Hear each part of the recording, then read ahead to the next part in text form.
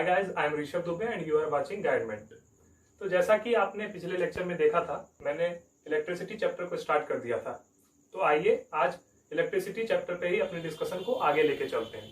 ठीक है, तो अगला जो टॉपिक इलेक्ट्रिसिटी में है वो है इलेक्ट्रिक करंट। और इलेक्ट्रिक करंट के डिफिनेशन पे जाने से पहले हम लोग इलेक्ट्रिक करंट को पहले अपने तरीके से समझने की कोशिश करते हैं। तो आइए एक एग्जाम्पल के थ्रू इलेक्ट्रिक करंट को समझे। तो हम सब जानते हैं कंडक्टर एक बहुत ही अच्छा सब्सटेंस है इलेक्ट्रिसिटी को कंडक्ट करने के लिए। तो इसका मतलब यह है कि कंडक्टर में इलेक्ट्रिक चार्जेस होंगे। तो अगर हम लोग कंडक्टर के एक छोटे से क्रॉस सेक्शन को ले, यानी एक छोटे से एरिया को ले, तो उसमें भी इलेक्ट्रिक चार्जेस प्रेजेंट होंगे। तो इसको समझने की कोशिश करें। जैसे ये कंडक्टर का छोटा सा क्रॉस सेक्शन है, ठीक है, तो इसमें कुछ चार्जेस जरूर होंगे, यानी क्यू चार्ज अगर माने तो इसके थ्रू फ्लो हो रहे होंगे। और ये जो क्यू चार्ज फ्लो हो रहा होगा तो इसके लिए कुछ टाइम लग रहा होगा, यानी इस पॉइंट कंडक्टर के इस पॉइंट तक जाने में कुछ टाइम लग रहा होगा। उसको हम लोग टी मान लेते हैं, यानी इस पॉइंट ऑफ कंडक्टर से उस पॉइंट ऑफ कंडक्टर तक जाने में टाइम टी लग रहा होगा। ठीक है, तो इलेक्ट्रिक करंट क्या कहता है कि टोटल यानी नेट चार्ज जो एक कंडक्टर के थ्रू फ्लो कर रहा हो उसे ही हम लोग इलेक्ट्रिक करंट कहते हैं। यानी रेट, हम लोग बात किसकी कर रहे हैं? रेट, चार्ज जो है कितना इस कंडक्टर के थ्रू फ्लो कर रहा है। और जब रेट का बात कर रहे हैं तो टाइम के रेस्पेक्ट में आ जाती है बात, यानी टी टाइम में कितना चार्ज इस पर्टिकुलर कंडक्टर के थ्रू फ्लो कर रहा है, इसी को हम लोग इलेक्ट्रिक करंट कहते हैं। तो इसी चीज से हम लोग कंक्लूजन पे आ सकते हैं दैट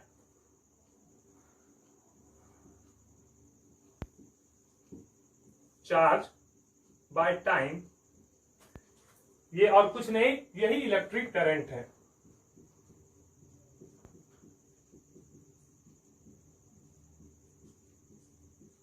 ठीक है, तो चार्ज बाय टाइम इसी को हम लोग इलेक्ट्रिक करंट कहते हैं। और यही रेट बता रहा है, ध्यान से देखेंगे तो, यानी इस कंडक्टर के थ्रू कितना चार्ज पास हो रहा है टी टाइम में, यही बता रहा है इलेक्ट्रिक करंट। तो अगर इसका नोटेशन पे आ जाए, यानी जो सिंबल से रिप्रेजेंट करेंगे इस फॉर्मूला को, तो इलेक्ट्रिक करंट को हम लोग आई से डिनोट करते हैं। ठीक है, इलेक्ट्रिक करंट को आई से डिनोट करते हैं, ये याद रखने वाली बात है, याद रख लें। और चार्ज को हम लोग पहले ही पढ़ चुके हैं पिछले लेक्चर में कि चार्ज को क्यू से डिनोट करते हैं, और टाइम जो है उसको स्मॉल टी से डिनोट कर रहे हैं यहाँ पे इस एग्जांपल में।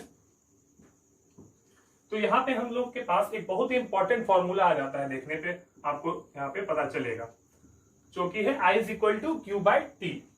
इस फॉर्मूला पे बहुत सारे न्यूमेरिकल्स भी आते हैं। ठीक है, आगे जब न्यूमेरिकल प्रैक्टिस करेंगे तो वहां पे देखेंगे ये सब चीज। और ये जो करंट है, इलेक्ट्रिक करंट है, इसका यूनिट यानी एसआई यूनिट वो एम्पियर होता है। इसी को कैपिटल ए से भी डिनोट करते हैं। ठीक है, तो पहले हम लोगों ने अपने तरीके से इलेक्ट्रिक करंट को समझा। अब आइए इसके डिफिनेशन पे जाते हैं। तो डिफिनेशन पे हम लोग जब आएंगे तो यहाँ पे पढ़ेंगे कि rate of flow of charges is known as electric current. और यही चीज मैंने आप लोगों को आसान शब्दों में समझा दिया है कि ये कंडक्टर है, कंडक्टर का क्रॉस सेक्शन है,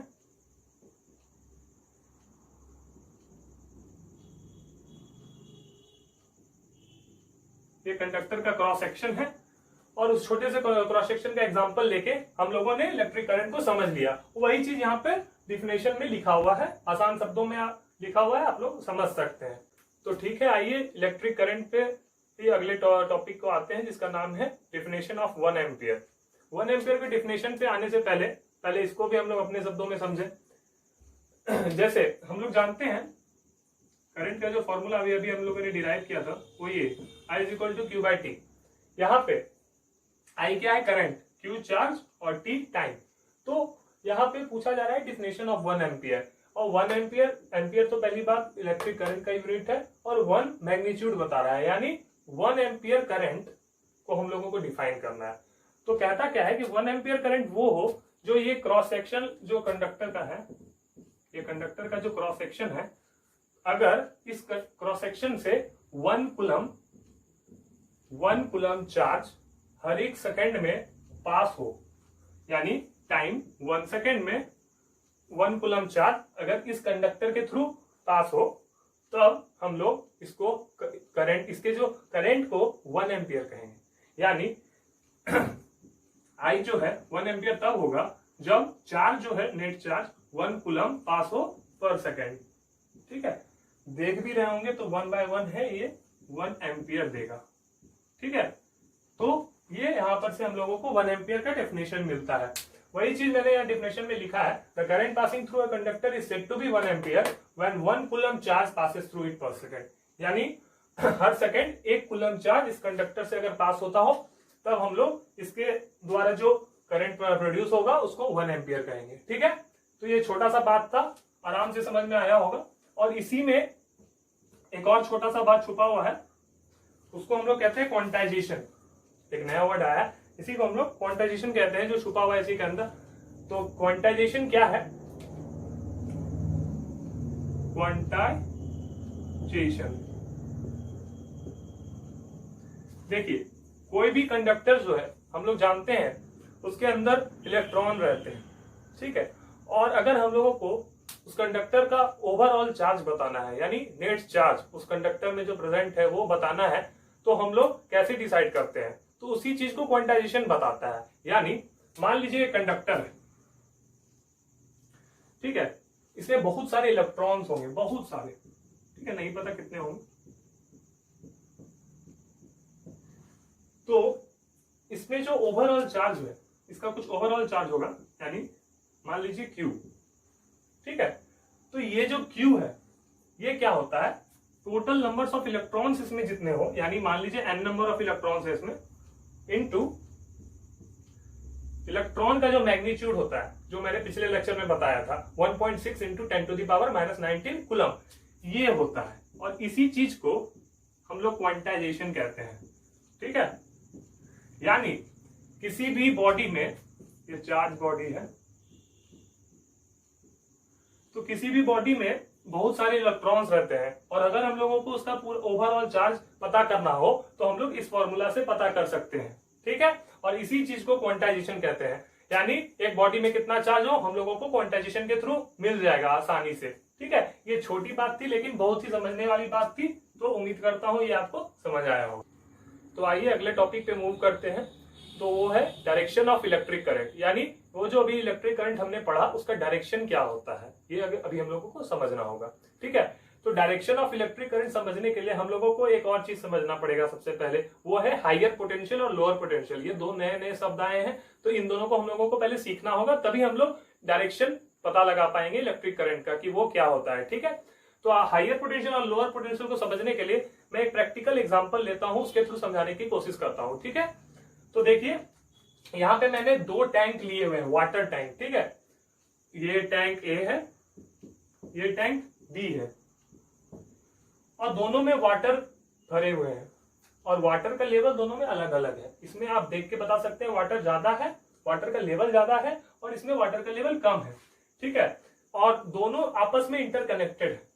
ठीक है, तो अभी क्या है, यहाँ पे इस इंटरकनेक्शन को रोक के रखे हुए हैं हम लोग, किसी एक्सटर्नल फोर्स से इसको रोक के रखे हुए हैं, यानी अभी इस दोनों टैंक में आपस में वाटर इधर से उधर नहीं जा सकता है। ठीक है, तो जैसे ही हम लोग इस जो स्टॉपेज है हम लोगों का रोक के रखे हैं जो एक्सटर्नल फोर्स के द्वारा, उसको हटाते हैं, तो क्या होगा, वाटर फ्लो करेगा, या तो टैंक ए से बी में फ्लो करेगा या बी से ए में फ्लो करेगा। तो ये आप तो आसानी से देख के बता सकते हैं कि जिसमें वाटर ज्यादा है, वाटर का लेवल ज्यादा है, उससे वाटर निकल के टैंक बी में जाएगा, और तब तक जाएगा जब तक दोनों टैंक में वाटर का लेवल बराबर ना हो जाए। यानी टैंक ए से वाटर स्टार्ट होगा फ्लो करना टैंक बी के तरफ, और ये भरना स्टार्ट होगा, और तब तक दोनों जब तक बराबर ना हो तब तक वो नहीं रुकेगा, टैंक ए से बी तक फ्लो होते ही रहेगा तब तक। ठीक है, तो इसी चीज को हम लोग हायर पोटेंशियल में कैसे समझने की कोशिश करते हैं। देखिए, तो ये जो ज्यादा वाटर लेवल वाला टैंक था, इसी को हम लोग हायर पोटेंशियल कहते हैं।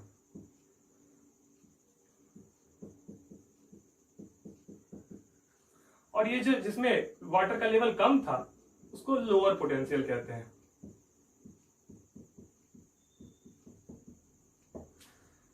तो यहां पे हम आसानी से एक प्रैक्टिकल एग्जांपल लेके समझ लिए कि हायर पोटेंशियल और लोअर पोटेंशियल क्या होता है, लेकिन वाटर और स्टोरेज टैंक से हम लोगों को तो कोई मतलब नहीं होना चाहिए। हम लोग इलेक्ट्रिक करंट पढ़ रहे हैं, तो इलेक्ट्रिक करंट में भी इसी को लेके हम लोग आगे बढ़ेंगे। अभी आपको पता चल जाएगा इसका बेनिफिट, ये एग्जाम्पल का बेनिफिट। देखिए ये पॉजिटिव चार्ज बॉडी है और ये निगेटिव चार्ज बॉडी है, ठीक है। ये चार्ज बॉडी ए है, ये बी है। तो इलेक्ट्रिक चार्ज के केस में हम लोग पॉजिटिव चार्ज बॉडी को हायर पोटेंशियल कंसीडर करते हैं,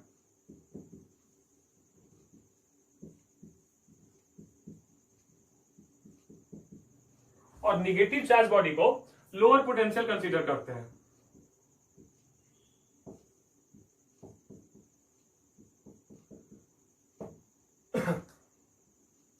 और जैसा कि हम लोगों ने पिछले एग्जांपल में देखा था, हाइयर पोटेंशियल से लोअर पोटेंशियल की ओर वाटर मूव कर रहा था, तो यहां पर भी कुछ ऐसा ही होगा।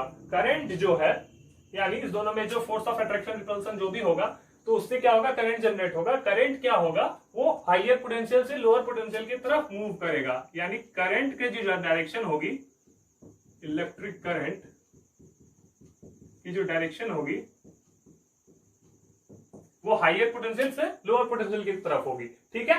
लेकिन इलेक्ट्रॉन का जो मूवमेंट होगा, यानी इस बॉडी में भी कुछ इलेक्ट्रॉन होंगे, इस बॉडी में भी कुछ इलेक्ट्रॉन होंगे, तो इलेक्ट्रॉन का जो मूवमेंट होता है इलेक्ट्रिक करंट के केस में, वो हमेशा इलेक्ट्रिक करंट का डायरेक्शन के अपोजिट होता है, यानी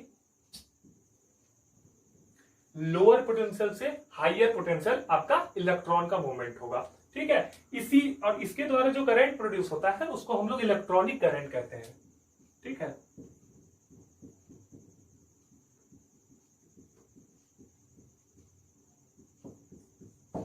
मेन जो करंट है हम लोगों का यही है, इलेक्ट्रिक करंट। और जान लीजिए यही हम लोगों का कन्वेंशनल डायरेक्शन है, हाइयर पोटेंशियल से लोअर पोटेंशियल। हाइयर पोटेंशियल आपका पॉजिटिव चार्ज होता है और लोअर पोटेंशियल आपका निगेटिव चार्ज होता है। तो करंट का जो हम लोग डायरेक्शन समझेंगे वो क्या होता है, हमेशा पॉजिटिव टू निगेटिव। लेकिन इलेक्ट्रॉन का जो हम लोगों का डायरेक्शन होता है वो क्या होता है, निगेटिव टू पॉजिटिव, ठीक है। जस्ट उसका उल्टा होता है। तो ये याद रखने वाला थोड़ा सा बात है और समझने वाला भी बात है, जो हम लोगों ने एग्जाम्पल को आसानी से लेके समझ लिया था, ठीक है। तो आइए नेक्स्ट टॉपिक पे आते हैं, उसका नाम है इलेक्ट्रिक पोटेंशियल। अभी इलेक्ट्रिक पोटेंशियल को समझने के लिए फिर से हम लोग एक अच्छा सा एग्जाम्पल लेते हैं, आसानी से समझ में आ जाएगा। देखिए अभी हम लोग समझते हैं कि इंफिनिटी पे एक चार्ज है, ठीक है, जो भी मान लीजिए प्लस क्यू चार्ज इंफिनिटी पे है। इंफिनिटी किसी ने देखा है क्या, किसी ने नहीं देखा है, तो हमें नहीं पता कि वो चार्ज कहां पे है, ठीक है। और उस पॉइंट से, जो पॉइंट इंफिनिटी है, हम लोग एक फाइनाइट पॉइंट यानी ए पॉइंट, ये पॉइंट हम लोगों को पता है कि ए पॉइंट, ये पॉइंट तक हम लोग उस चार्ज को लाना चाहते हैं, ठीक है। यानी इंफिनिटी से हम लोग एक चार्ज को एक फाइनाइट पॉइंट पे लाना चाहते हैं, जो पॉइंट ए है। तो इसको लाने में कुछ वर्क डन किया गया होगा, यानी कुछ वर्क डन इसको चार्ज पे किया गया होगा यहां से यहां लाने में, ठीक है। तो ये जो वर्क डन है W, यही इलेक्ट्रिक पोटेंशियल कहलाता है। यानी work done in bringing a unit positive charge, यानी इसका जो वैल्यू होगा वो हमेशा 1 कूलम होगा। यूनिट का मतलब आप लोग आसानी से समझते हैं 1, तो 1 कूलम चार्ज को, ठीक है, यूनिट पॉजिटिव, पॉजिटिव भी है साइन आगे में आप लोगों को दिख रहा होगा, तो यूनिट पॉजिटिव चार्ज को इंफिनिटी से एक फाइनाइट पॉइंट पे लाने में जो वर्क डन होता है उसी को हम लोग इलेक्ट्रिक पोटेंशियल कहते हैं। और इलेक्ट्रिक पोटेंशियल को V से डिनोट करते हैं, ठीक है।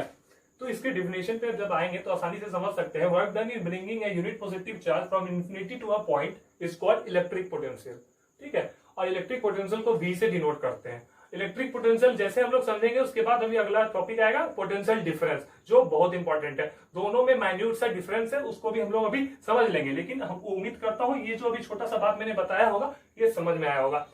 तो जैसा कि मैंने बोला था, इलेक्ट्रिक पोटेंशियल के जस्ट बाद हम लोग पोटेंशियल डिफरेंस को देखेंगे। तो पोटेंशियल डिफरेंस को समझने के लिए हम लोगों को इलेक्ट्रिक पोटेंशियल को समझना बहुत ही इंपॉर्टेंट था। तो उम्मीद करता हूं इलेक्ट्रिक पोटेंशियल आप लोगों को समझ आया होगा। तो इलेक्ट्रिक पोटेंशियल डिफरेंस को समझने के लिए फिर से हम एग्जांपल लेते हैं। ये एक पॉइंट ए है, ये एक पॉइंट बी है, ठीक है।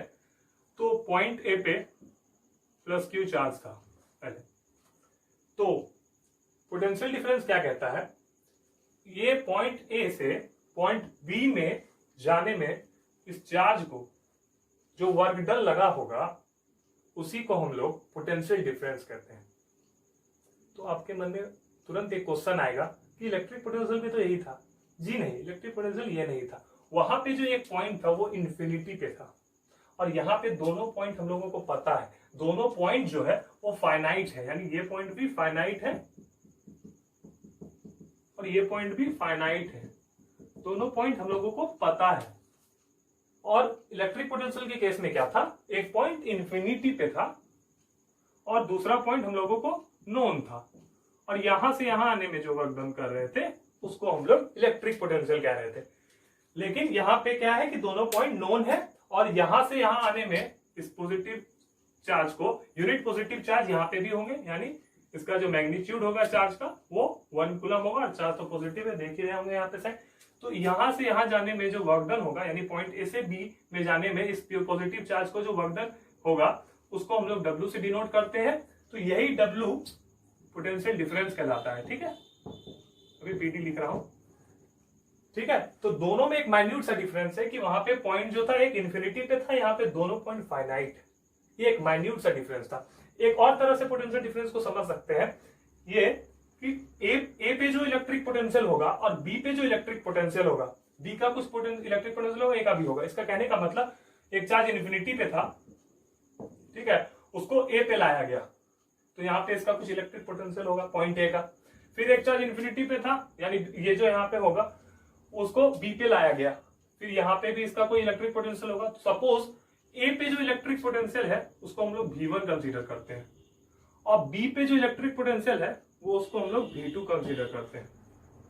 तो पोटेंशियल डिफरेंस को हम लोग ऐसे भी समझ सकते हैं, और इसको भी V से डिनोट करते हैं। पोटेंशियल डिफरेंस को इस तरह भी समझ सकते हैं कि पॉइंट ए पे जो इलेक्ट्रिक पोटेंशियल है और पॉइंट बी पे जो इलेक्ट्रिक पोटेंशियल है, दोनों का डिफरेंस, ठीक है। ये बहुत ही इंपॉर्टेंट बात है, इससे हम लोग आराम से पोटेंशियल डिफरेंस और इलेक्ट्रिक पोटेंशियल के डिफरेंस को समझ सकते हैं। ये पॉइंट ए बी, इसको 1 और ए बी लिख सकते हैं, और इसको 2 और बी भी लिख सकते हैं एग्जांपल से समझ के। तो पोटेंशियल डिफरेंस क्या होता है, दोनों पॉइंट पे जो इलेक्ट्रिक पोटेंशियल है उसका डिफरेंस, ठीक है। और एक चीज, और जेन्युइनली जो हम लोग नॉर्मल जो डिफिनेशन पे आ जाए, तो डिफिनेशन हम लोग क्या वो देख लीजिए, work done in bringing a unit positive charge from A point two another point, यानी इस पॉइंट से इस पॉइंट तक आने में जो वर्क डन किया गया है उसी को हम लोग पोटेंशियल डिफरेंस कहते हैं। तो वर्क डन मान लीजिए W किया गया है, और किस चार्ज को ला रहे हैं, यूनिट पॉजिटिव चार्ज Q को। तो एक और फॉर्मूला हम लोगों को मिल गया, वो है V is equal to W by Q। ये भी पोटेंशियल डिफरेंस का ही फॉर्मूला है, ये भी पोटेंशियल डिफरेंस का ही फॉर्मूला है। आसानी से समझ में आ गया होगा, बहुत ही आसानी से मैंने समझाने की कोशिश की है आप लोगों को। और इसका जो माइन्यूट डिफरेंस है वो हमेशा याद रखिएगा, बच्चे लोग हमेशा यहीं पे गलती करते हैं, जो इन दोनों के बीच में जो डिफरेंस होता है उसी को समझने में भूल कर जाते हैं, ठीक है। तो उम्मीद करते हैं ये सारा बात आप लोगों को समझ में आ गया होगा। तो एक चीज आप लोग बोर्ड पे देख रहे होंगे लिखा हुआ यूनिट कन्वर्शन, तो इसको पढ़ना हम लोगों को अभी क्यों जरूरत पड़ा, तो वो देखिए यहाँ पे जो ये करंट का formula I equal to Q by T, यहाँ पे जब न्यूमेरिकल्स आएंगे तो कभी कभी आप लोगों को करंट जो है वो किसी और यूनिट में दिया रहेगा, तब आप और टाइम दिया रहेगा, तब आपको चार्ज फाइंड करने बोला जाएगा।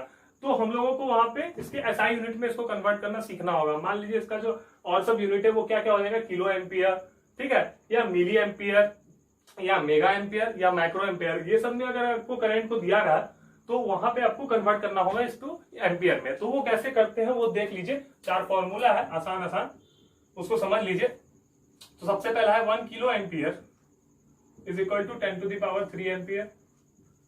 दूसरा है 1 mega ampere is equal to 10 to the power 6 ampere.